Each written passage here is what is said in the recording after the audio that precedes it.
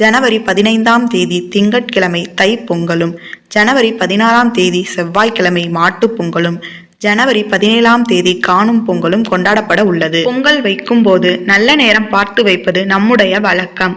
ஒருவேளை அந்த நேரத்தில் பொங்கல் வைக்க முடியாதவர்கள் ராகு காலம், யமகண்டம் தவிர்த்து மற்ற நேரங்களில் பொங்கல் வைக்கலாம். இந்த ஆண்டு பொங்கல் பண்டிகை திங்கட்கிழமை வருகிறது. அதோடு அன்றைய தினம் கரிநாளும் கூட. அன்றைய தினம் காலை 7:30 மணி முதல் 9 மணி வரை ராகு காலமும், 10:30 மணி முதல் 12 மணி வரை யமகண்டமும் உள்ளது. இதனால் இந்த நேரங்களை தவிர்த்து பொங்கல் வைக்கலாம்.